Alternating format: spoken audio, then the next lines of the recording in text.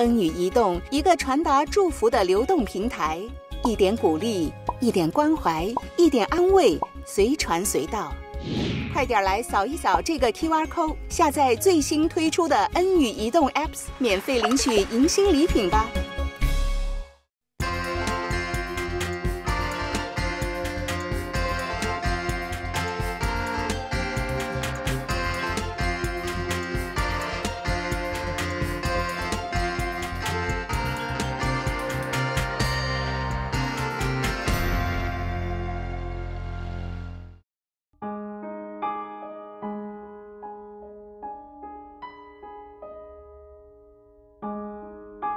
他亲眼目睹家人被杀。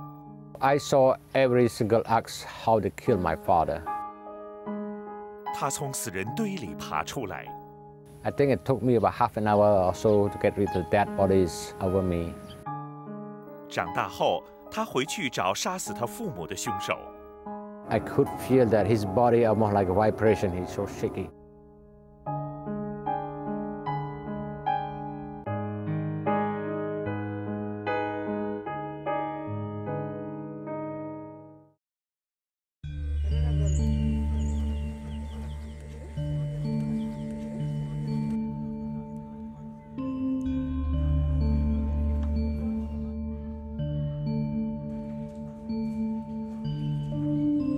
位于柬埔寨暹粒市的吴哥窟，除了有着令人赞叹的美景外，也被联合国教科文组织列入世界文化遗产，是柬埔寨人引以为傲的地方。就连柬埔寨国旗也以此地做标志。从吴哥窟，我们可以看到柬埔寨曾经辉煌的历史，而从柬埔寨的历史，也让我们了解到这个国家曾经发生令人震惊的事。从1975至1979年，赤柬3年零8个月的执政期间，柬埔寨共产党以暴力强制手段清洗城市，并且展开全国大屠杀。不到4年时间里，柬埔寨全国近1/4人口，大约200万人被屠杀，遍野哀嚎，举世震惊，人民鲜血流遍全国各地，是柬埔寨人至今也难以忘记的噩梦。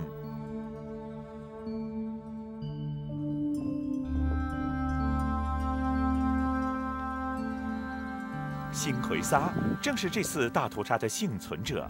虽然他当时只是一个小孩子，但他仍深刻记得当时的情况。One early morning, I went fishing with my younger brother. On my way back home, I saw Khmer soldiers that were sharpened knives and axes and switchblades. There was a young teenager came to my house and inviting my father for a meeting. There I saw they arrest my father. They bound his arm backwards, and then my father confronted him. He said, "What is wrong with me?" One of them responded to him that, "Today, we will destroy you." And when I saw that, I was so frightened and ran back home, trying to hold on to my younger brother and sister. I could tell that that moment, four of us tried to embrace each other. But the fear of being killed was so terrible. We could hardly stand still, we were so shaky, so tremble. Suddenly, soldiers came to my house, arrest me. They bound my arm backward. By then, I had almost like 2 years old baby brother. They decided to release me and allow me to carry my baby brother, put him on oxen's cart, and drove to the jungle with a lot of kids and a professor and other teacher. So I think when we got to the jungle, about 15 minutes prior to the killing, that time they were digging the grave, was not ready for us. I got off from the ox carts and carried my baby brother to my father. Looked through his eyes. I could tell that my father was absolutely broken, sorry. Somehow he forced himself to say a few good words. One of the words he said was that I love you. In our culture, we seldomly practice verbal affection. That was my first time, my last time. I remember my father said. It really meant a lot to my life. By the time they finished the grave, they took my father first. And he turned back, he said that we will come together and we will go together as a family. They make him kneel down in front of the grave, try to kneel down, they bust him from behind, fall into the pit. He was screaming, kicking. The soldiers jump in, try to butcher him. So I saw every single act how they killed my father. Professor was there, he tried to run away from that. They tripped him down, he's screaming, they collapsed at him, grabbed his feet, threw him to the pit. A lot of kids were screaming. It's my turn then. I carried my baby brother to the grave, lay him on my left side, and knelt down. Someone bust me from behind. I was falling on the pit. Then I heard they collapsed my baby brother at least 4 or 5 times. The first 3 times I could hear his scream so loud. All I could remember was that there's a lot of body was falling over me. Blood comes through my nose and my mouth, and I could hardly breathe. I thought I would finish. By then, they tried to bury. I could feel the soil toppling in my body.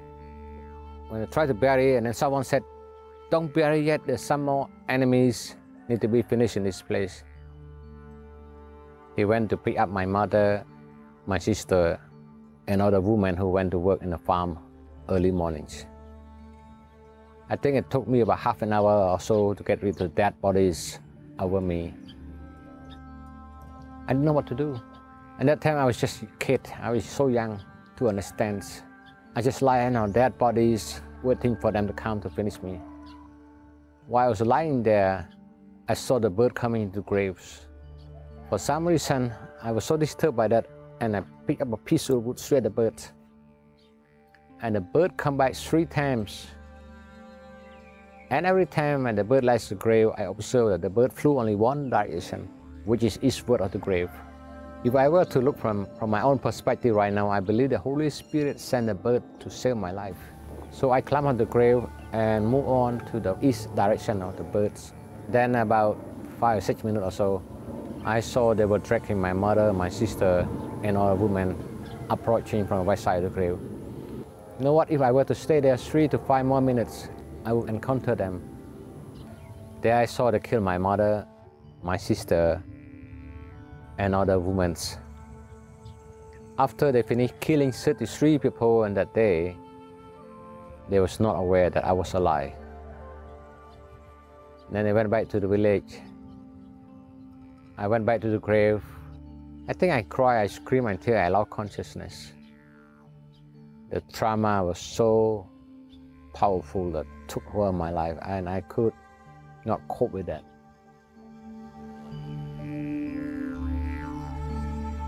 I made 3 promises in my life. The first one that I made was I wanted to take revenge from my family. If I could not fulfill the first one, I wanted to dedicate my life to be a Buddhist monk. And the last promise that I made was that if I could not fulfill the first 2 promises, I would like to go far, far away from Cambodia. And then I went back to live in the village, and then I found the man in the village tried to help me to escape all of that. Anyway, it's a long journey that I survived. By 1979, and then I returned back to live with my auntie, returned back to live in a city, and then I went to school. It was so difficult for me to cope with my study. And that time I suffered what we call post-traumatic stress disorder. Unfortunately, no one in the society understanding how I went through mentally, emotionally, and psychologically. And it was so difficult for me to cope with that. Nightmares, flashback, and anxiety, and feeling insecure, and it was so difficult to live with that PTSDs. However, I tried my best to cope with my study. When I complete my study, I decided to join the police force. My desire to become a policeman was very simple, so that I could return back to that village with a gun in my hands. I want to suck their blood. I want to take revenge. I was absolutely determined to take revenge. Before I reached the village, I met a farmer there, and he said that there was a lot of Khmer soldiers there. I was not convinced. However, I sent one of my men as a spy and to check it. And he came back, he said, Alexa, there was a lot of Khmer soldiers there. I could not go to the village. I know the Khmer soldiers, they were good in fighting. So I returned back home. I was just filled with depression, guilty, anger, disappointment, bitterness. And it was so difficult to live with that. Every evening I need to drink so that I could fall asleep. Going to bed is almost like hell for me. Flashback, nightmares, and all kinds of things that's so difficult for me to cope with it. I think at that time I was a policeman. I was not allowed to become a Buddhist monk. It was communist and religious does not exist in a society, which means that I could not fulfill my second promise. The first promise, the second promise. So finally I tried to fulfill my last promise, which was to escape from Cambodia to Thailand. I was a very silly guy, and I went through, I got a few friends who went with me to Thailand through the borders and the jungle. We walked in the jungle for 2 days and 2 nights. Before I reached the camps, there was a bad guy, so I didn't know it was Khmer soldier or Khmer resistance or whoever, I didn't know. When they saw us, they shoot at us, and being a policeman, I know how to run. So I got out by myself, and I ran and ran. I think I ran about a few hours. When I was running there, I saw a lot of dead bodies in the jungle, but I could not figure out why and how and what. I just kept running and running and run and run. So when I got out of that, I saw 3 men from a far distance, and I ran toward them. I could see that they tried to make a sign like this, which was, they tried to tell me, stop running, stop running. When I got to them, they asked me, where you come from? So I told them I was being chased. Somebody shoot at me a few hours ago. I just kept running. And one of them said that was impossible. Then I asked him why. He said that I ran through minefield. There were at least 2 million landmines on the ground. No one ever come out of that jungle alive. So after I heard that, I almost had a heart attack, you know. And I was just, oh my goodness. So they took me to the camp. And then by 1985, I was able to get to refugee camp in Thailand. When I was in the camp, I was able to correspond with my cousin who lived in California. And I wrote to him, and he wrote me back and told me the person named Jesus. So I wrote him back that your Jesus cannot buy food. I need a real US dollar to buy food, not Jesus. Send me the money. Well, I kept telling me Jesus did that. Anyway, when I was in a camp, my biggest dream was that one day I would be able to go to live in California to start life again. Unfortunately, after waiting there for 5 years, I was rejected by INS, which means I was not allowed to go to live in California with my cousin. And that time, I realized that I found the greatest enemy of my life. It was hopelessness. What was the point of living with hopelessness? There's nowhere to go. And it was so difficult for me to live that. 就在绝望的时候，辛奎撒开始去教会。At that time, I started going to church from time to time, but my heart was not there yet. And one evening, I got out of my house, I knelt down, I said my prayer. I said, God, if you take me to Canada to start my new life again, I will give my life to you. 没有抱太大希望的辛奎撒尝试申请去加拿大，没想到申请获得批准。So May 15, 1989, at 3 o'clock, I arrived at Toronto International Airport. I would never forget my prayer when I was in a camp. So when I got to Canada, the first thing I was looking for is a Bible. I think by then I realized that I want to follow the Lord. And I went to church and start my Bible study. And then I went to study at Ontario Bible College. It was OBC then. At that point, it was still very traumatized and very troubled and trying to sort through the things that had happened to him. When I found out who Rexa was and what it went into this guy, and I remember being shocked and just amazed at how this really warm and delightful person had gone through so much. That in those years, there were several times that Rexa confided that he was having physical problems and sleeping problems, and knowing that there still was some suffering going on. And it was in the early years of him sorting this all out and finding healing and trying to understand how God allowed this kind of suffering and incorporating it with his Christian faith and all of that. 医治的过程是漫长和痛苦的。在过程中，辛奎撒经历很多挣扎，但他都能够从上帝的爱中得到安慰。然而，还有一件事，他一直也未能够完全释怀。为了可以放下这件事，辛奎撒做了一个不容易的决定，就是回到柬埔寨家人被杀的村落，找回当年的凶手。I returned back to the village where my father was killed and to meet my family killer. That time, when they killed my family, 6 of them was involved in killing my family. Only 2 survived. So I went to see the guy who killed my father. The guy also killed my mother. I mean, at the first time, I feel nervous too, so scared. What is going to happen? And he just went. I mean, a few people and people who use cruel during that time, so I'm so scared for him. It's easy to say I forgive you from Canada to Cambodia, but in reality, standing in front of a man that took my family forever away to say I forgive you, that was absolutely painful in my life. I offered him a camel scar put on his shoulder. I said, this is a symbol of my forgiveness for you. Then I gave him my shirt, a symbol of my love for you, and the Bible, the symbol of my blessing for you. After that, I gave him a hug. When I hugged him, I could feel that his body almost like a vibration. He's so shaky. I said to him, 28 years ago, when you took my family to the jungle, this is how I felt. But today I came back as ambassador of Jesus Christ. It to set you free.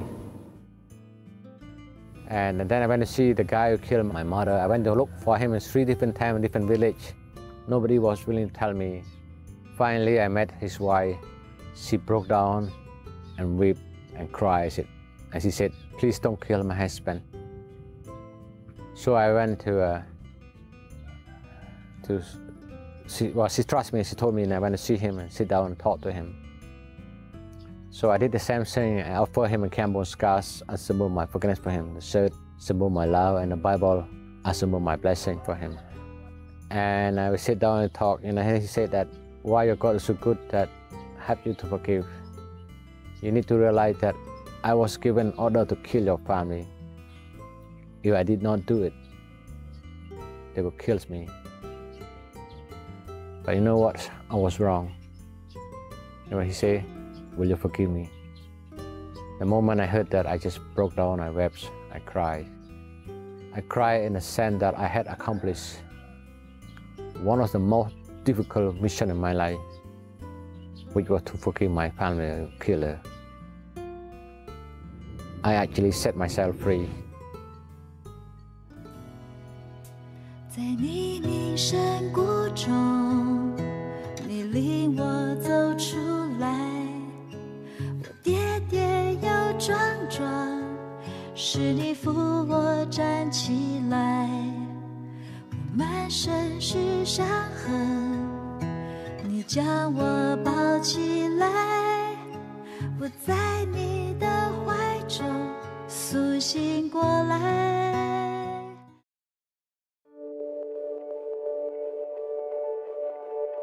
辛奎撒得到从未有过的轻省，他知道透过上帝的爱，他能够饶恕并且得着释放的生命。也因为上帝的爱，他决定放弃加拿大舒适的生活，留下来服侍柬埔寨人。I built a school for the people there. The school stands as a symbol of my forgiveness to the people there. You know what? If I were to return back to that village as a policeman, there would be a killing field in that village. But thankfully, God prevented me not to go back when I was a policeman. And I returned back as ambassador of Jesus Christ. I brought light into the darkness. Then I built a school there, and 5 of the kids come from the guy who killed my family study there. I think last year I heard that one of the students who went to that school studied to become a medical doctor. It was overjoyed for me to hear that. It was a very primitive culture because at that school, now the girl had a chance to become a medical doctor one day. So it was, I think for me, it's a joy to hear that. 除了新建学校与年轻一代同行之外，辛奎撒也身体力行，运用他心理学的专业，帮助一群曾经受过创伤的柬埔寨人，希望这群人能够像他一样，在上帝的爱里得到医治。That was Rick's gift of reconciliation to the village and to those people. Yeah, how do you account for that except for saying it's a work of God in Rick's life? It's just an amazing work of God. It's really incredible to see it. The things that God has done in him are miraculous, not just the miracles that happened with the circumstances surrounding the killings, but the miracle of who he's become and his love for his people. He said, I want to be buried with my people. I want to retire and be buried in Cambodia. And we were shocked. That was a different Rex, and that tells you the depth that his walk with God has gone and how much that healing is genuine. He's not going back there with the fear and trepidation of bringing healing or forgiveness because he thought he had to. Now it comes out of saying, no, you know what? These were my people and they are my people, and I will live with them and I will die with them. I found that really moving. That's a change. And I don't know when that happened, and I don't know if he was able to articulate that either, but that's new. 回望自己的经历，辛奎撒给自己一个总结。There's no freedom in life if I don't forgive. Because of that conviction in my life, I learned to forgive.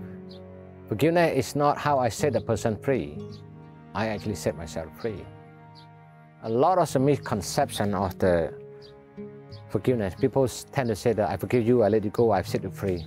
That's not real. You forgive, you actually set yourself free. In my case, when I forgive, I set myself free. But it's not easy. I don't want to just tell people that you forgive, you wake up one morning, you wake, I go forgive. No, it's not that. It's a long, painful process. But I know in my heart, by the grace of God, I set myself free.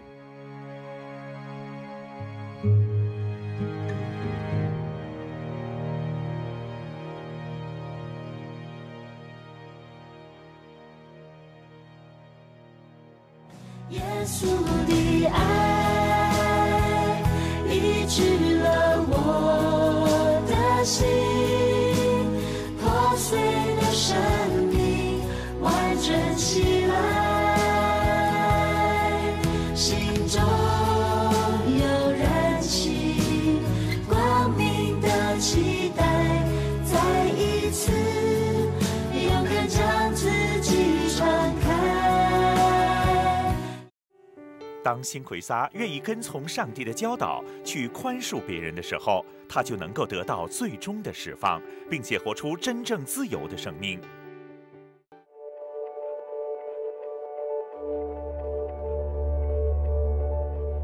多谢大家收看《恩语之声》。如果想更多了解这个节目，欢迎打来我们的热线电话31064444，或浏览我们的节目网页。